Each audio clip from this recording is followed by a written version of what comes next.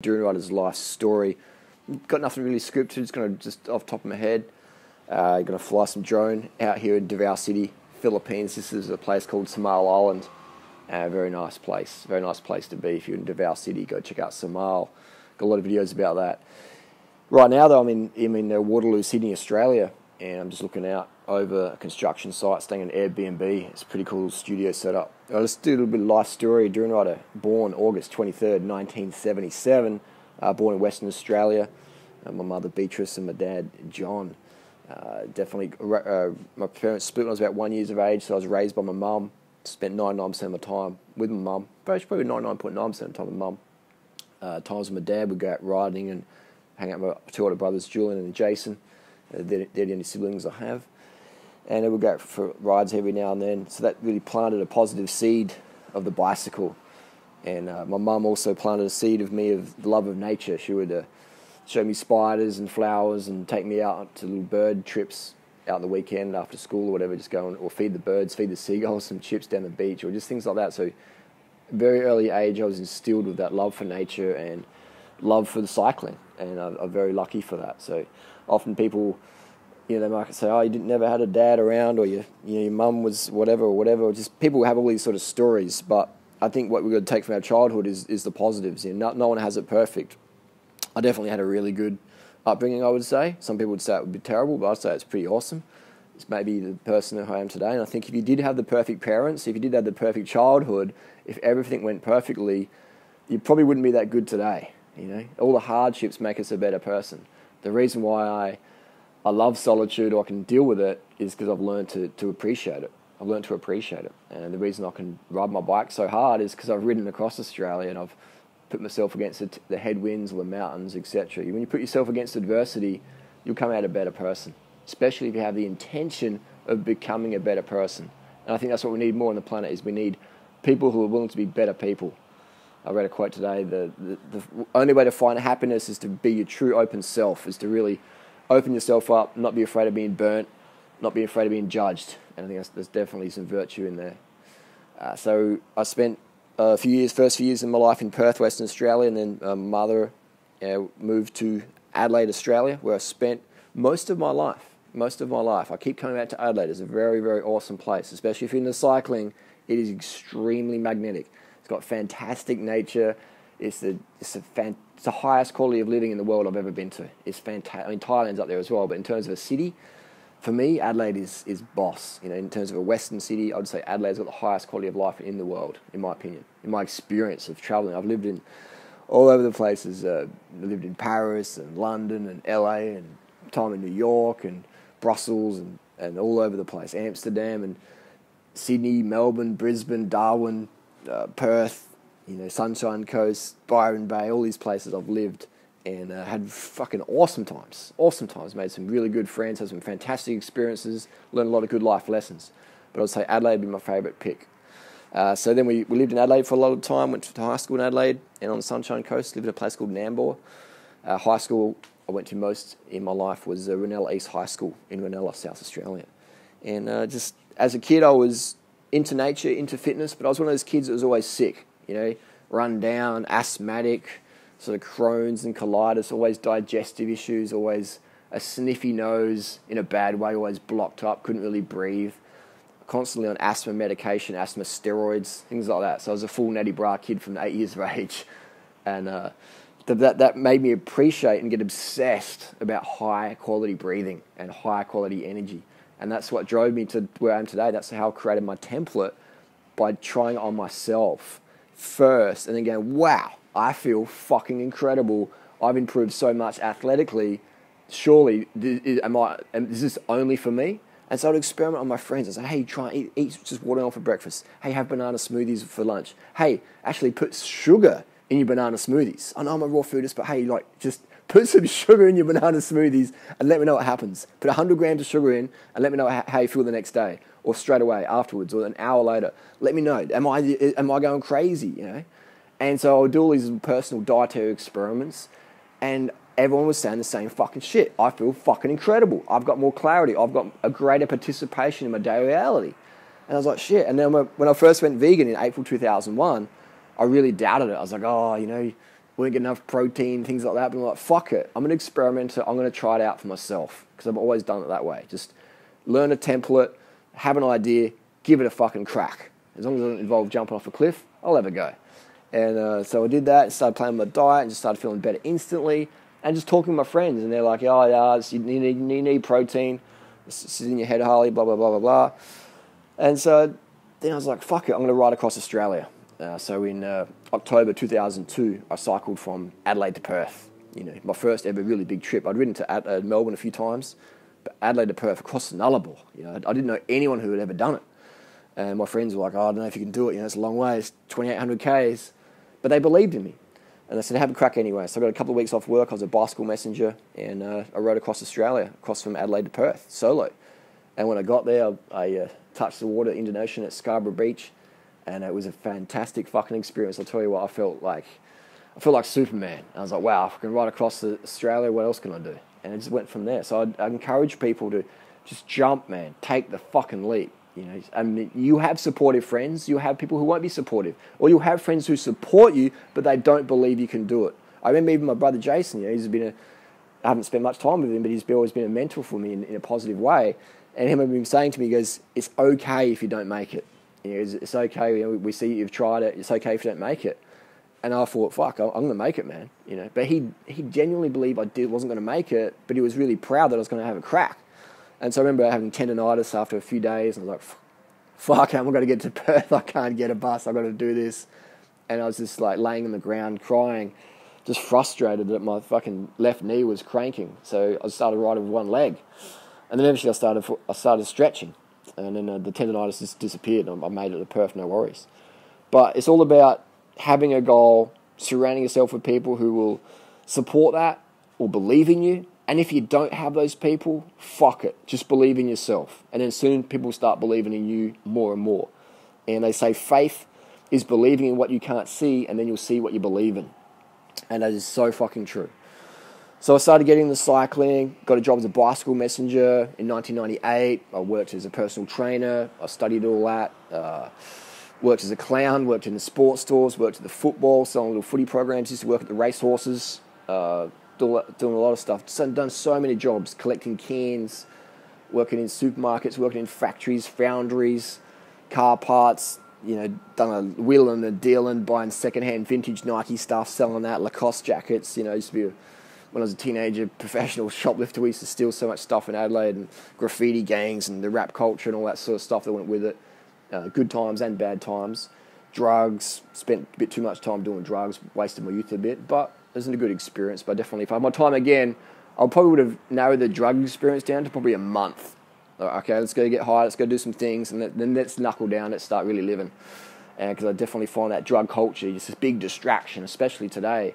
That the drug culture, it's just like kids at uni, or they're not really happy at home or whatever, and so they use drugs to escape that reality. And then drugs can be used for weight loss, and it's just a big spiral down. So if I can make one thing to the people out there listening to this who are seeking inspiration from getting this far into the video, I would say that be straight, man. You know, be as straight as you can. If you want to have alcohol here and there, then yeah, so be it. But I would recommend, especially for the guys, man, just be sober as fuck. Be sober as fuck. Do your best. And even for the girls as well. I mean, sober life is really the best, you know. So if you do it a couple of times a year, whatever, yeah, but just be careful who you're hanging out with. You know, don't get caught in the fucking trap of weekly or daily drug usage. It is a fucking pit. It'll destroy your life. It'll destroy your life by capping your potential, right? And there's nothing worse than capping potential. It's like a bicycle with tires that aren't fully pumped up. You're not going to get the full experience, that full essence of just flying on the bike if the tires are half flat. So if you're just half fucking sober, then you won't be that full crispness, I should say. And it's like an emotional crispness when you are crisp and clean and sober, and you can have that reality where you're like, I don't like this, I'm going to do this. Or I don't like how I feel, I'm going to change this. Or I don't like how I'm thinking, I'm going to shift my focus. I'm going to shift my perception and procedure, you know? And when you're sober, that stuff really, really helps. It's just so much easier. But when you're clouded, hungover or stoned, then life can just sort of tick away, and it's not going to wait for you. That's one thing as well I've learned is life ain't waiting for nobody, man. Life ain't waiting for no motherfucker out there. So if you have goals, aspirations, it's up to you to get the fuck out of bed and to get it fucking done. Don't wait till it's perfect weather, the perfect time, or you got the perfect support, or the perfect partner, or you look the perfect way. Just have a fucking goal, write it down, that goal, and every day do some sort of forward action to take action at achieving that goal. And goals aren't, it's not what we get with the goal. It's who we become in the pursuit of the goal. All right? So I've done that before. I want to do a sub 2:48 marathon. And then I get that sub 2:48 marathon. And I'm like, cool. And I'm like, what next? Because who you become in the pursuit of the goal, it's the hardships you overcome. That most of us, it's just first world fucking hardships, And that's another thing I learned early on is just seeing, people in even on just TV, seeing the kids in Africa, Rwanda, Uganda, Ethiopia, the famines because of the corrupt government, the government selling all the grain to livestock companies in Australia or the EU so they can raise animals for meat to make us Westerners fatter and sicker. And just seeing those kids really fucking struggling. That's real struggle. That's just survival. Us here in the Western economy, man, we're doing it fucking easy. If you're watching this YouTube video, you're doing it fucking easy, man. We're all doing it fucking easy. And the only real hardships are the ones we create in our fucking head, really, isn't it? Mark Twain said, I have a lot of problems in my life, a lot of hardships, and some of them are actually real. Because most of us in our head, we overthink things way too much. So lived in Adelaide most of my life and travelled a lot. I haven't had a winter since 2003, travelling the world with my bicycle, just getting my bike, riding across the continent, ride across the country, ride to the airport, chuck it on, box it up, fly to the next destination, go. I had some fantastic people in my life. I think even the good and the bad, everyone's a teacher in your life. Everybody's a teacher in your life. So when we have that sort of mindset where what can we learn from this situation might not be the ideal situation, what can we learn from it, then that's when you really start to grow, You order a pizza, it comes back with fucking chicken on it, and you ordered a vegan pizza. Instead of flipping your noodle and throwing the pizza at them, you just pick off the chicken, feed it to a dog, or order another pizza or whatever. Or just take it back and say, can I get a vegan pizza? Without losing your noodle. Being an ambassador for veganism, being an ambassador for what you believe in. Things like that. And at the end of the day, first world problems. Got into the vegan lifestyle in April 2001, had my health issues. So I do all these little dietary experiments. And it's feeling better and better and better. And then got into raw food, went a bit too far on with that, trying to be too pure. And that's another thing as well, don't be too pure. You're not here to be real. You are here to be real. You're not here to be perfect. You're here to be real. You're not here to be the most purest critter on the planet. You're here to be the most functional motherfucker making a difference. Purity ain't going to save the planet, all right? And we need the planet to be more pure, but if you're so pure, you can't get anything fucking done because you're undercarbed, dehydrated, tired as fuck, cranky as fuck. What inspiration are you being to those around you? Yeah, you might be Mr. Purity living on organic fucking watermelon rinds and fucking starlight, but, what are you doing for those people around you? Like, what's this fucking space cadet doing? So I focused on being more productive versus being more pure. And when I started doing that, my life quality increased massively. Like right now, I'm in Sydney, Australia. Sydney's the most polluted city in Australia. But I'm here having a good time, getting some things done, working stuff, getting things done, building relationships, making connections, having some good experiences. And if I had this phobia of I can't go to the city because it's got too much pollution, then you're going to miss out in life. You're going to miss out on building good things. So I learned that purity isn't ideal, but let's focus on excellence. Let's fuck perfection. Let's focus on excellence. You're not here to be perfect. You're not here to be pure. You're here to be real. You're here to get it fucking done, and you're here to contribute and make a difference. And that's every day I wake up and how can today be an even better day? How can I reach more people today than I did yesterday? And there's always questions to ask. Ask yourself more empowering questions, you'll get better answers. And that'll shift your focus, because what we focus on is how we feel. If you're focusing on all the bad shit that happened, and why did someone did that to me? They're fucked. Then you'll feel fucked, man. And I've learned that with social media. I mean, look at last year. I had this army of fucking haters, bullies, trolls, fucking whatever you want to call them. And I started to focus on it a bit too much. And it was entertaining my reality too much. And I was like, wow, this ain't what life's about. So it's all about shifting your focus. Why are you here on the planet? You're here to get affected by jealous people or haters or weirdos or whatever? Or you're here to get it fucking done, to make the world a better place, to become a better person, you know, a more helpful, more inspiring, more energetic, fitter, better looking, whatever your goal is to make a difference on the planet. That's what you got to focus on every motherfucking day. So fuck your parents, fuck the haters, fuck your boyfriend, fuck your girlfriend, fuck anyone who says whatever that's against your personal religion, your personal ethic. And not in a bad way, but just understand that their reality is not yours. So don't take it personal when people don't get you. Don't take it personal when people say, you can't do that, you should be doing this, you should be going to university, you should cut your hair, you should grow your hair, whatever. Don't take it personal when people really rub you the wrong way because their goals for you are nowhere fucking near what your goals for yourself are. Don't take it personal. Understand that everyone has different realities. And someday you might meet someone who shares your same reality and you'll have a good, strong connection and a good bond. And that may change because people change. People are like, I just got to go and find myself. Just be yourself, man. Every moment. We're always changing, always growing. You don't need to go and find yourself. Just be yourself. Every day, wake up and do what you want to do. And that's how you find yourself. And that's the definition of spirituality for me, is being your true self. Who you want to be, who you're meant to be, what feels good for you. You know? Spend time in the forest, spend time in a dark room, just by yourself.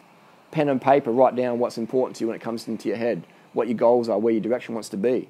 What drives you, what's fun, what you don't like, what you do like, what you love, what you have to do in life before you die. Because you could be dead tomorrow, man. You know, there's plenty of people around yesterday that aren't going to be here today. You know, none of us are guaranteed tomorrow. None of us are guaranteed the next 10 minutes.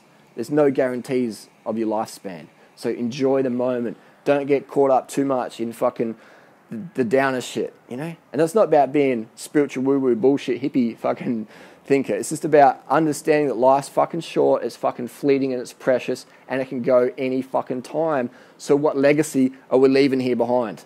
You know? How are people going to remember us? You know, it's not what you give people, it's how you make them feel around you. You can give people money or whatever, first world benefits, but it's how you make someone feel around them. It's your behavior that people really remember. So what are we doing for the people around us? And we can always be better. I'm definitely not perfect. I'm definitely not perfect. I'm flawed as fuck, but I like to embrace my flaws and improve on them.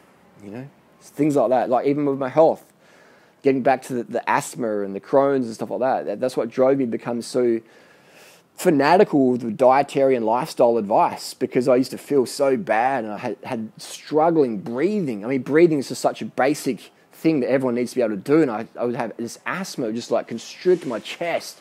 I'd try and go for a run on the block and I'd be like just gasping like a goldfish out of water.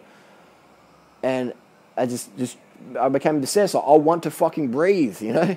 And then I started looking at dietary stuff, dairy, and met this crazy guy called Mark Hock, who's this naturopath nutter, but a cool guy, very passionate, very out there sort of guy. And he was just like the first sort of person I met in my life who was really like full-on hypo fucking anti-system, you know? He was just extreme.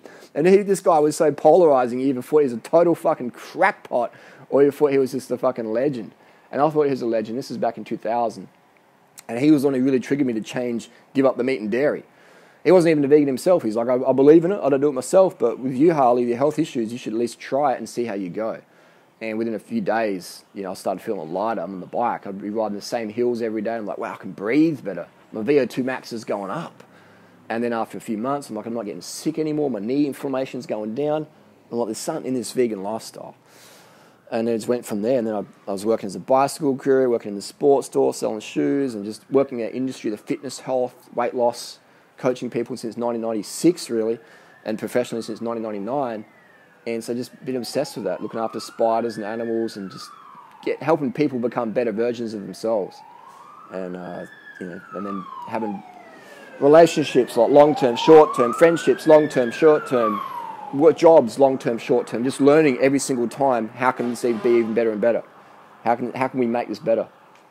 And so brings me to where I am today on social media. Started YouTube in 2008 and just started doing it because I was getting so many emails about health and stuff. I'm like, well, it's probably better use for my time and I can reach more people, answer more questions if I just make a YouTube video about it and then send people a link.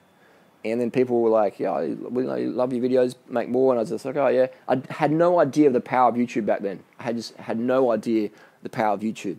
And I wish someone would have grabbed me by the throat and said, Harley, man, just fucking smash it out. YouTube is where it's at. I would have loved to have had Durianrider 2017 coach me back in 2008 or 2006. Wouldn't that be cool?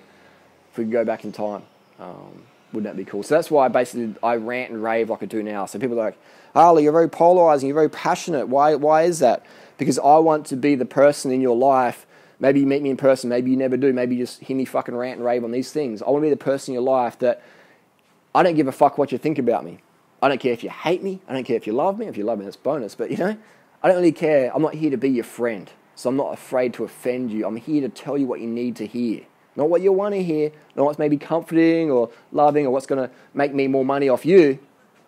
I want to tell you what you fucking need to hear. I want to be that person in your life that is not afraid to fucking say exactly what you need to hear in that moment. And that's why I do have a lot of polarizing. I do have a lot of haters or whatever, because I'm not afraid to say, boom, this is what you need to fucking hear. This is how it fucking is. Do it. And some people love that. They're like, oh my God, Durianrider, you fucking saved my life. I overcame cancer. I overcame type 2 diabetes. I'm making $100,000 a year on YouTube. I made $1 million from social media. I totally transformed my life. Wow, thank you so much. And then you have the other people just like, I'm going to take this guy down. I'm going to find Durianrider and punch him in the face when he's going up a hill. So you have that polarizing effect, and that's it. That's what you've got to understand. If you're going to help people, if you're going to help people, you're going to be having people hating you. Because some people don't want to hear what you've got to say. Some people don't want to hear the truth. And you have those people in your life. So don't take it personally. Laugh at it. Use it as a recognition that you're on your purpose, that you're really helping people. If you don't have people violently oppose you, and you're trying to do good on the planet, then you ain't reaching many people, Or you're being too fucking neutral, you're sitting on the fence too long. So you've got to have people really fired up, polarize your audience.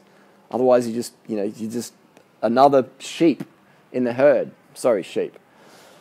And then, so yeah, that's my life story basically. Raised by a single mum, spent minimal time with my dad. Early in my life, got the cycling bug, got the nature bug, had a lot of illness, a lot of sickness, asthma, Crohn's, chronic fatigue, anemia, depression, stuff like that, drug addictions and stuff like that. And that inspired me to become the person I am today. So if I could change anything about my childhood, I wouldn't. What I would change would be spending too much time doing drugs and party scene and not spending enough time training and doing athletics. And when I mean training, I don't mean like boring shit, like intervals and stuff. I mean like just getting out there, exploring, testing yourself on the climb, time trials once a week. Working out how can you go fast up the hill just from mental strategies, just from relaxing the lungs, relaxing the intercostal muscles, relaxing your mindset, believing in yourself more, just laughing at the fucking pain as you're smashing up the hill. Trying to smash out your 5K PR. Just that sort of stuff. Meditation. I would have got more into meditation. And for me, my meditation for me starts when the lactate kicks in. When you get that burning your legs and your lungs and your body's going, stop, stop, stop. This is just too hard. And you just zone it out, and you have that awareness without thought. You have that awareness without thought, and that's what meditation is for me. So if I had my time again, I would have spent more time doing meditation, awareness without thought, in that high-level cardio reality, on the bicycle or running, just smashing it. I love the feeling where I'm just running, just full gas. My body is just this pool of lactate, and I'm either in a running race smashing everyone, or I'm getting smashed. I'm either the hammer or I'm the nail. I just love that feeling. Just high octane, breathing that oxygen in, just flooding my body and just zoning out. Just being in that present moment, having awareness without thought. Same on the bike as well. Maybe I'm just riding at 100 watts out in the fucking open road. Maybe I'm just riding around town looking for a new place to get some fruit juice or whatever. Just being present, moving my body. I love that feeling. I love that feeling. And I love helping people out. I love helping people learn this lifestyle. This is what I do. I was doing this stuff when I was homeless, dead broke, living on welfare on the street, just because I love to do it, just because I love to do it. And money isn't an issue for me ever in my life again, because I don't need money to live the lifestyle I love to live. Here in Australia, it's a very cheap lifestyle I live, and I can get by on $50 a week. I can get by and leave in less than that if I was really creative. So it's just fantastic that I've found a template where I can live in a high quality life city for $50 a week if I really wanted to, if I really needed to. And I'd be totally happy with that. Totally happy with that. It's fantastic. We have free Wi-Fi at the Adelaide Library or the Apple Store. We have so many resources. It's fantastic. So I've come to my point in my life where I've Had those experiences making more money than I ever dreamed I would ever make. And I've had those experiences where I've been dead broke, living from welfare check to welfare check, living on the street, homeless, camping out in the bushes, and loving both elements. Loving being dead broke, loving being able to walk into a bike shop with $10,000 cash in my hand, plonking it on the counter just because I could, and just watching the reaction of the sales staff, just doing, just meaningless stuff like that. People were, you're just showboating or whatever. But for me, it was just sort of, I love that contrast. It's just random. First world problem, first world benefits. And I love getting feedback from people all around the world saying, Harley, you inspired me getting the bike, blah, blah, blah, blah, blah. Even people in Thailand earning $10 a day have come up to me on the street. They're riding an old rickety bike. You can see the love they put into the bike. It's clean, it's polished. Maybe it's from 1991, but they've got a massive smile on their face. They're showing me their bottle of sugar water. They're eating some bananas for lunch. They're having their rice for dinner. And they're like earning $10 a day, living in Thailand, and they're watching some of my YouTube videos, And that is just fucking incredible. And that gets me hyped up all fucking day, just when I have those interactions internationally, and then I have people who are like, multi-millionaires, banking, and they'll come up to me or send me an email, say, hey, I work for Google, I work for Apple, I work for, Specialized or whatever. I just want to say, fucking, what you think is doing is awesome, blah, blah, blah, blah, blah. Boom. Thanks for that, And just having all people from all walks of life just hit me up with these random emails or on the street randomly and telling me their story of how me sharing my story helped improve their story of life. And that just gets me G'd up. And that's what drives me every day. So that's my little life story, a bit of a rant and rave. Thanks for listening to it. If you have any questions, any other video suggestions, hit me up down below. But I just truly encourage people, just to close out, is don't be afraid of being the person you want to be in life. Don't be afraid of your parents' rejection. Don't be afraid of your partner's rejection. Don't be afraid of your kids' rejection. If in your heart you feel you need to do something, you got to get out there and just fucking do it. It doesn't matter if you become dead broke. It doesn't matter if you live on the street homeless, because I've done those things, man. And I've been so fucking happy. All right? So you just got to fucking take the leap. There's that saying, ships in the harbor are safe. But that's not what ships were built for. Bikes in the bike shop are safe. They won't get scratched or dented or crashed or whatever, or stolen or cracked or thrashed. But that's not what bikes were built for. You're not built to live this life where you're just constantly chasing approval of people in order to live. Because if you're one of those people, I'll tell you what, if you're living for their approval, you're going to die from their rejection. So have some time out in a dark room or in nature, or just it can be 5 minutes a day where you just have time to yourself and you go, what is important to me in my life? Write it down. What do I need to do in my life in order to feel it's worthwhile, it's complete? How can I help people around me? Because look around, man. Look around at the fucking problems out there. Every person you walk past in the street have some sort of emotional problem or health issue or dietary issue. There's so many problems out there. And if you just become a foot soldier of inspiration, just sharing basic shit, drink more water, drink enough water so you're piss and clear, eat more carbs, go vegan, high carb motherfuckers, just ride a bike more, drive less, just any shit, go to bed a little bit earlier, any little bit of inspiration you can give to other people, you can do it. If I can fucking do it, any motherfucker can do it. If I can become the person I am today from where I came from, then anyone can do it a lot better than I can. So that's just my little rant. Don't be afraid to be your true self. Don't be afraid of rejection. And you'll find out after a year or two, you'll find out who really cared about you in your life, who was really important. And above all, put yourself first.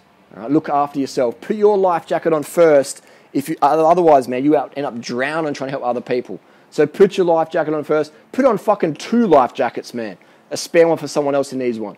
And just be buoyant in life. You can't be pushed under. If you get pushed under, you bounce fucking right back up. All right? Become that person. Invictus. Inconquerable. Unable to be overcome. Become that person every day in every way. And just get that sleep water sugar. We'll fucking see you on the road. Thanks for listening. And peace out. Oh yeah, just lastly. Carb the fuck up. And do what you want to do in life. Life's fucking short. It could be gone today. You might not be around tomorrow. So do it to fucking day. Peace.